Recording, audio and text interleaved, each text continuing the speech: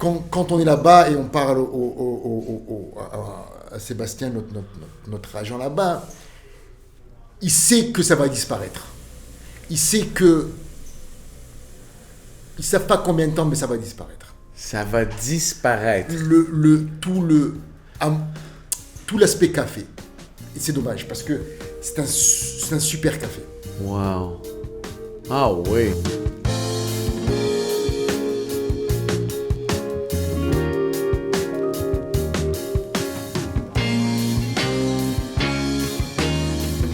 Hey, bienvenue tout le monde à notre épisode numéro 4 et aujourd'hui on parle de café du Costa Rica et avec nous deux invités de marque, notre chef barista Audrey et nous avons un importateur de café, Michael Maguera de Kengebe. Bonjour à vous deux. Bonjour. Je suis vraiment content parce que c'est rare qu'on a l'occasion de parler d'importation de café. Je trouvais ça le fun que vous soyez là les deux parce que vous avez fait un voyage cet hiver. Vous êtes allé au Costa Rica, vous êtes allé visiter des fermes, des coopératives. Donc, je veux qu'on démystifie un peu de ça. Bien entendu, on va parler du café du Costa Rica qui est un excellent café parmi les meilleurs au monde. Mais juste pour mettre les gens en contexte qui nous écoutent, Michael, je vais commencer avec toi. Qu'est-ce que ça fait un importateur de café? On s'assure d'abord que ce que le client va recevoir est égal à ce qu'il a commandé. Ouais. Donc pour ça, on fait en sorte, on a des agents sur place qui se promènent dans les coopératives, qui ont des liens aussi avec les coopératives, qui ont un certain volume avec les coopératives, donc pour ne pas que notre client soit floué. Ouais. Donc faire attention, parce qu'on achète souvent à terme, donc des contrats de 6 mois d'avance, donc on ne sait pas ce qu'il va y avoir, donc on doit s'assurer que le produit qu'on va livrer est le même que ce que vous avez commandé. Il y a aussi un aspect financier où les coopératives n'ont pas beaucoup d'argent, donc souvent ils ont besoin de préfinancement. Au moment où ils plantent la fleur où ils vont cueillir, ouais. Et ensuite la préparation, tous ces temps-là, ils ont besoin d'argent. Donc eux, ils ont des banques qui les financent, donc ils ont besoin d'avoir quelqu'un de l'autre côté de la planète qui est ici pour pouvoir leur certifier qu'ils auront leur argent à temps pour avoir ce qu'ils appellent des microcrédits. Ah ouais. Donc c'est pas juste envoie-moi 50 sacs, envoie-moi un container. Il y a tout l'aspect financier. Et c'est pour ça que ce serait dur pour un torréfacteur de le faire, puisqu'il faudrait qu'il ouvre des lettres de crédit au préalable. C'est complexe. C'est complexe comme... Puis là, j'imagine que tu assures aussi le dédouanage, parce que cette partie-là aussi, c'est quand même assez complexe. Tout à fait, le transport. Le transport. Les transits et tout, et aussi les temps d'arrivage, parce que le café, c'est pas un produit prioritaire sur les ports. Okay. Tu peux comprendre que s'il y a des fleurs qui doivent embarquer et un conteneur de café, ils vont embarquer les fleurs. Donc il y a tout ça qui joue. Et c'est pour ça qu'on tient de l'inventaire pour pallier au retard d'un conteneur ou quel que soit le problème qu'il a reçu. Nous, on compense le client. Je veux revenir sur quelque chose que tu as dit, la coopérative. Okay? Explique-nous un petit peu comment ça fonctionne. Il y a une ferme, il y a une coopérative et il y a vous. Très bonne question. Il n'y a pas nous. Il y a la coopérative. L'idée, c'est que un arbre de café oui. Produit des cerises. Oui. Cette cerise, elle doit être, une fois qu'elle est à maturité, elle doit être cueillie, des fois plusieurs fois sur l'arbre, oui. Parce qu'elle n'est pas encore prête. Donc, c'est un travail manuel. Ensuite, il y a une période assez courte où c'est le temps des récoltes. Et les propriétaires de fermes vont cueillir ces cerises. Donc, ils se retrouvent avec des sacs de cerises. Ouais. Ces sacs de cerises doivent être préparés, donc lavés, dépulpés, séchés, et ensuite mis en sac pour être exporté. Donc, le fermier n'a pas du tout l'infrastructure pour ça. Donc, il est obligé de se réunir en coopérative. Et la coopérative, elle a un moulin et elle a toute l'infrastructure pour exporter. Et nous, on travaille avec la coopérative. Je comprends. Il y a des grosses coopératives Ouais. et il y a des micro-coopératives, comme on a pu visiter, qui ont des micro-moulins et qui ont des micro-volumes. Fait que, Audrey, toi, à ta dernière visite, tu es allé avec Michael visiter des coopératives. Dernière, mais première visite, c'était une première pour moi. Ah oui, aussi. c'est vrai, c'est vrai. Yes. Puis tu as vu ce processus-là. Peux-tu aller un peu plus en détail? Parce que là, on a une cerise, c'est cool, mais après ça. Je vais juste... Oui, vas-y, vas-y, ok. J'ai coupé la parole. Il est vrai. Non, vas-y. Quand j'organise ces voyages, Oui. dans le cas du Costa Rica, c'est simple parce que c'est pas très grand. J'essaye de montrer aux torréfacteurs des petites coopératives familiales. On a vu des coopératives tenues par des femmes, seulement que par des femmes, qui ont repris le flambeau du mari. Le mari faisait, dans un cas, il faisait de l'élevage de vaches et de bœufs. D'autres, c'est des femmes qui ont entre guillemets, hérité, ils ont repris la ferme. Et on a vu la grosse coopérative, dans le cas du Costa Rica, c'était Copetarazu. C'est une ville, avec son école, une ville, son hôpital, et tout est autour du café. Vous pouvez aller voir sur l'internet, ça s'appelle Copetarazu. Station d'essence, supermarché, méga structure ils ont besoin de cette coopérative pour vivre. Fait que c'est toute l'économie locale est basée 100% sur le café. Tout à fait. Fait que pas de café, pas d'économie locale. Ou le prix de la bourse bas, et ils sont obligés de Wow. Si le prix de la bourse se casse la gueule, tu t'imagines, c'est toute une ville auquel tu enlèves l'oxygène. Wow. Et c'est très sérieux, c'est pas... Et tu le vois quand tu comprends qu'il n'y a que ça.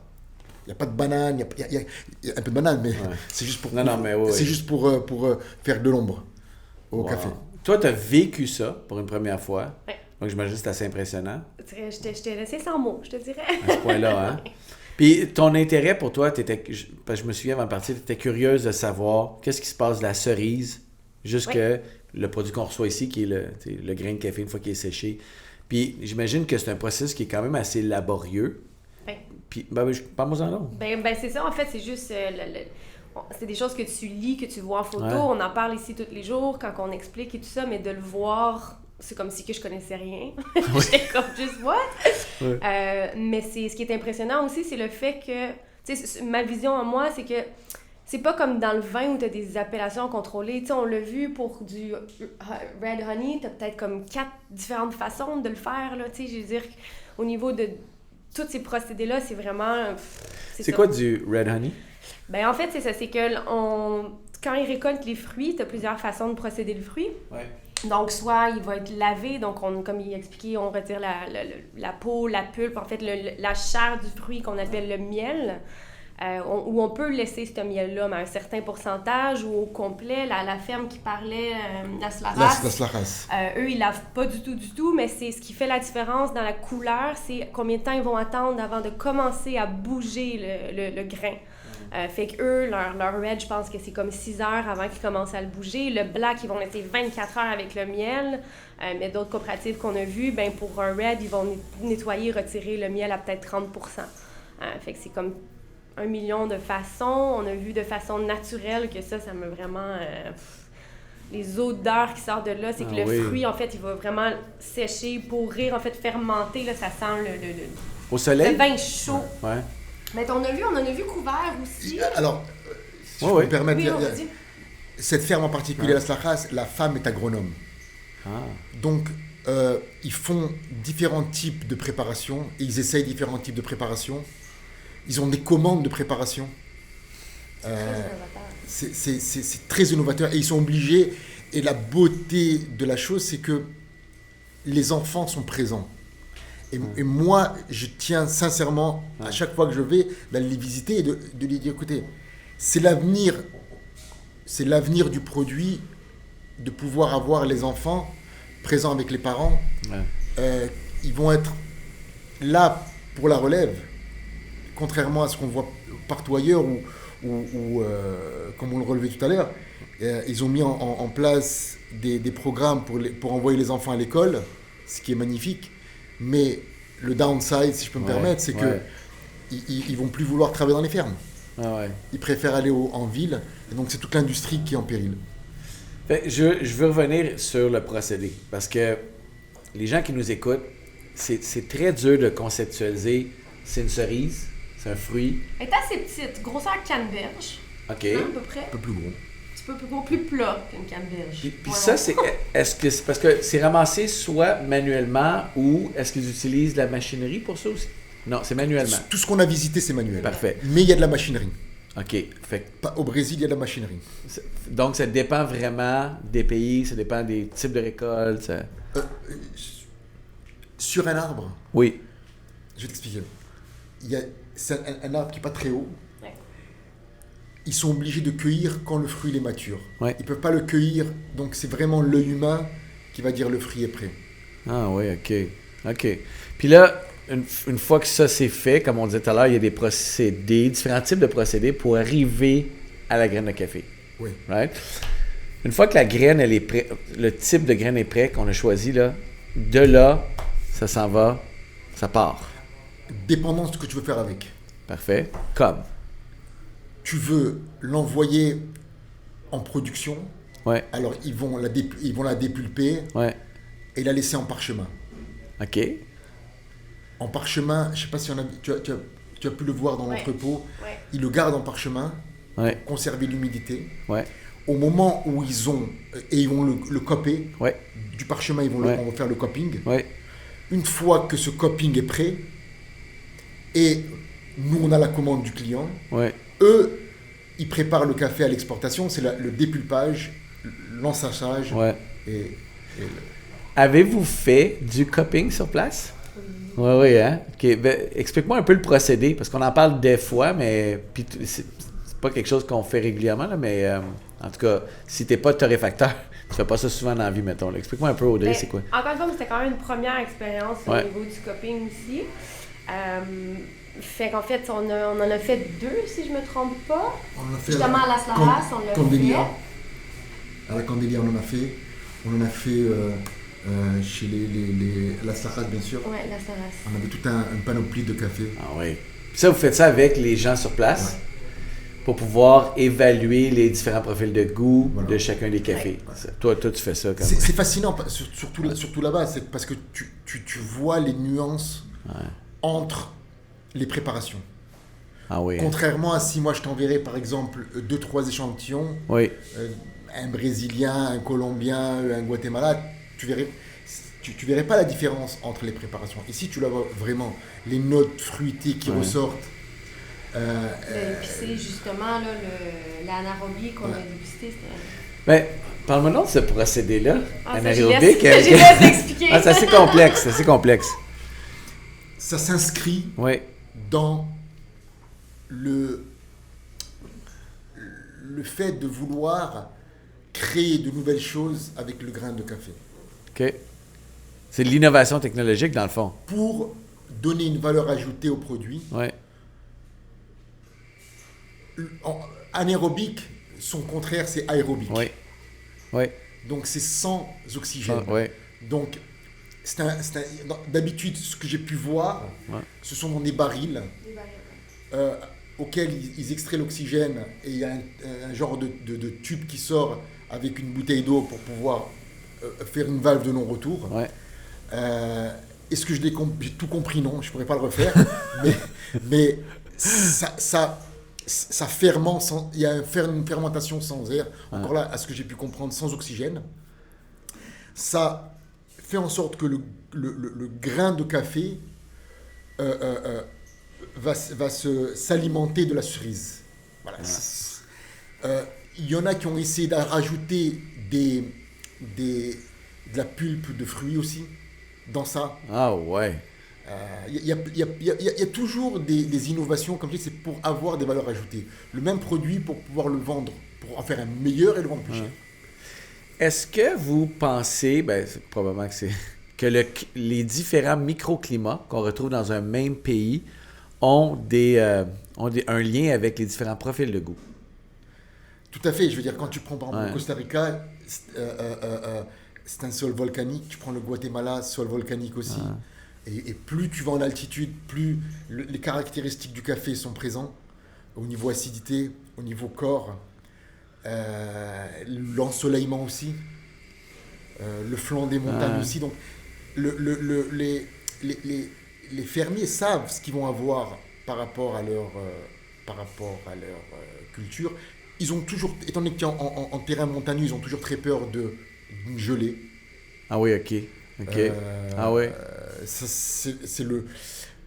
Tu vois, c'est intéressant que tu poses cette question. J'étais il y a 2 ans au Guatemala, au Costa Rica, pardon, et au moment des récoltes, ils ont eu beaucoup de pluie. Ok. Alors, on se dit la pluie, c'est super intéressant, c'est super sympa. Ouais. Non. Ça fait tomber la cerise qui pourrit. Donc, ils peuvent aussi perdre leur récolte à cause de ça. À cause des grandes pluies. Pluie au moment de la récolte. Ouais. Ok. Parce que le fruit, il est prêt à être cueilli. Et dans la nuit, il pleut. Ouais. Ils ont perdu leur arbre. Parce que le fruit qui est devenu mature va tomber et va pourrir par terre. Wow. Tu vois, donc c'est vraiment un produit fin qui a besoin d'avoir un climat idéal. Ouais. Toi, Audrey, là, t'adores voyager. T'es comme un globe-trotteur, là. Mettons que tu te mets dans la peau de quelqu'un qui ne connaît pas le café. Puis c'est quelque chose que tu vas visiter. Parce que c'est de plus en plus populaire, là, l'agro-tourisme. Il y a des fermes qui reçoivent des gens. Qu'est-ce que tu conseilles à quelqu'un qui voudrait essayer ça, par exemple? Ça, tiens, je vais aller visiter une ferme. Ben absolument. Ça fait partie, je pense, justement, de connaître aussi la culture du pays, plus que de dire « Ah, j'ai acheté... Justement, on a vu, tu as parlé tantôt des différentes récoltes. Tu sais qu'au début, ils vont enlever un petit peu des cerises, justement, pour laisser plus de place aux autres. Ça, souvent, c'est les cafés de moins bonne qualité qu'ils vont mettre avec la dernière, donc les fruits qui sont justement en train de pourrir. Puis souvent, c'est ça qu'ils vont garder dans les pays producteurs. Corrige-moi si je dis n'importe quoi, mais c'est ce que j'ai compris. Donc souvent, les cafés du coin, puis on le voit ici, on a des gens qui disent « Ah, j'étais allé en Jamaïque, j'ai acheté un café sur place. » Souvent, c'est pas les meilleurs cafés de ces régions-là. Fait que je pense que c'est vraiment important de voir les plantations pour le voir, le comprendre, puis de tout le travail qu'il y a derrière aussi. Là. Ça serait tout le monde de l'agriculture. Ben, c'est ça, ouais. Le meilleur des produits, ils l'utilisent comme des devises, Ouais. donc à l'exportation. Et mais ça, il y a aussi... Avec le verre, là, tu te rappelles, Mais ça, il y a... Parce que le problème, c'est qu'il y a un effet inverse qui arrive aujourd'hui, c'est que dans ces pays-là, va se créer une nouvelle classe sociale de gens qui veulent consommer du bon, qui ont de l'argent, mais ils ne peuvent pas avoir leur propre café puisqu'il est exporté. Donc, ils vont peut-être réimporter. Ça dépend.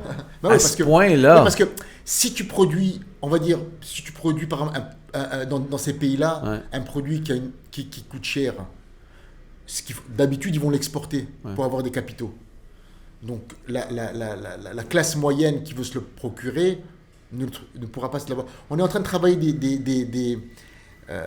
avec beaucoup vers le Pérou, où dans la coopérative, installer un genre de micro-torréfaction. On l'a vu au Guatemala, où ils ont un micro-torréfacteur dans leur coopérative pour torréfier et emballer, produire pour le marché local. Wow! Parce que ça aussi, on l'a vu, il y en a que oui, on va déguster, mais les gens, les coopératives vendent pas de café torréfié. Voilà. Mais, parce que j'ai entendu ça à plusieurs reprises, là, il y a vraiment des endroits qui sont faits pour l'hôtel, la torréfaction sur place, la visite de la... Tu sais, c'est vraiment fait pour aller comme faire du tourisme. Là. Ça, j'imagine, c'est pas là où vous êtes allé, vous, là. Non. Non. Je veux dire, je suis pas une agence de tourisme, mais...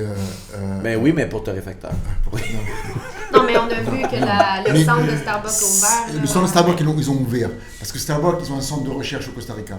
OK. On est passé devant, ça a l'air magnifique. OK. Je pense qu'ils font des tours guidés aussi.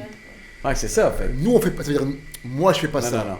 Je pourrais te montrer en privé tout à l'heure un email que j'ai reçu.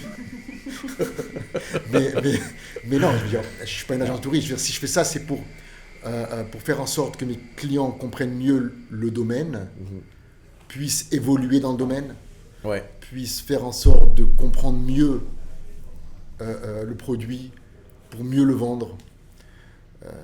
Mais dans le fond, ma vraie question, parce que on a une vraie touriste qui adore voyager. Ma vraie question, c'est qu'on entend parler de plus en plus de tours, des endroits qui sont prêts à accueillir le grand public.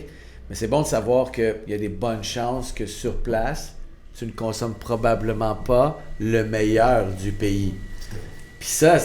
Mais je pense que c'est un des seuls moments où tu te laisses avoir en allant dans les quartiers touristiques ou justement les quartiers un petit peu plus riches que là, je pense que on n'a pas eu la chance, nous, on n'a pas eu le temps de faire des coffee shops au Costa Rica.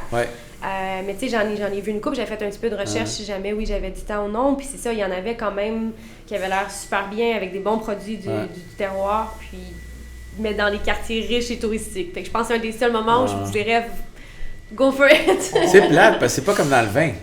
Tu vas visiter un vignoble, tu vas, tu sais... En face de notre hôtel, il y avait un Starbucks.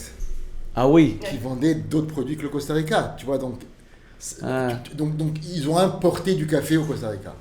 Mais bon, c'est correct, c'est leur modèle d'affaires. Mais au Costa Rica aussi, c'est Sébastien, c'est ça. Il expliquait aussi que là, finalement, les lois, les borders sont ouverts, qu'avant, ça n'était pas. Ah! Qu'est-ce que ça veut dire, ça? Ils ont sûrement ouvert au niveau protection. Je veux dire, tous les pays ont des formules de protection de leurs produits. OK. Je ne suis pas au courant, mais sûrement ils ont dû ouvrir leurs frontières à l'importation. Combien vous avez visité de différentes régions quand vous étiez là? Région 3? Le Costa Rica, c'est pas très grand. OK. Ouais, c'est pour ça. Tu as la vallée ouest et l'est. On a fait 2 versants, si tu veux. OK. Au niveau altitude, donc... Costa Rica, c'est simple parce que tu vois beaucoup en peu de temps. C'est ça. De San José à Tarazu, c'est 1h30 et tu as visité le pays. Ah tu oui, vois? Hein? Mais c'est cool ça parce que tu peux voir. Ben ouais. C'est magnifique parce que tu peux faire en sorte de passer peu de temps et de faire beaucoup. Et de voir la panoplie du petit, du moyen, du gros. Et du familial. Absolument. Selon toi, là, Michael, dans le monde, où se trouve en café, en qualité de café, le Costa Rica? Est-ce que c'est des cafés plus premium? Oui, hein? OK. Le problème du Costa Rica, c'est que l'immobilier coûte de plus en plus cher. Parce qu'il y a eu un intérêt pour le tourisme. L'agrandissement, bien sûr, des centres urbains. Donc, de plus en plus, les terres café diminuent. Alors, je veux dire, le café costaricain, à un moment, il se comparait au jamaïcain. Ah oui. Il y avait des fermes, je me rappelle, au début, ça s'appelait Blue Star. Ils faisaient des produits exceptionnels. C'est sûr qu'il se situe dans la haut de gamme du café. OK. Quand on est là-bas et on parle à Sébastien, notre agent là-bas, il sait que ça va disparaître. Il sait que... Ils ne savent pas combien de temps, mais ça va disparaître. Ça va disparaître. Tout l'aspect café. Et c'est dommage, parce que c'est un super café. Wow. Ah oui. À cause de ce qui se passe. Tu sais, tu n'y peux rien. Ici, on parle d'embourgeoisement des quartiers. Que tu as acheté un truc à 150, aujourd'hui il vaut 500, 600, et tes enfants, ils pourront plus y habiter. Tes enfants, ils pourront plus habiter chez toi. Ils n'auront pas les moyens d'acheter ta maison. C'est la force économique. C'est ce que les gens recherchent. Tu n'y peux rien. Wow. Fait qu'on va en profiter. Il faut en profiter. Il faut en profiter. Fait que donc, ça veut dire que tu veux y retourner. Ben, n'importe quand. C'est vraiment intéressant. Vraiment, vraiment intéressant. On va cette année? Hein? On va où cette année? Ouais, c'est pas... Je te vois venir. C'est une fan. Elle adore voyager. Fait que... Mais oui, si vous visitez une autre coopérative ou d'autres fermes, c'est sûr qu'on va en rejaser. C'était très intéressant, Michael. Merci. Ça nous a éclairé beaucoup. Toujours aussi pertinent. Merci, Audrey.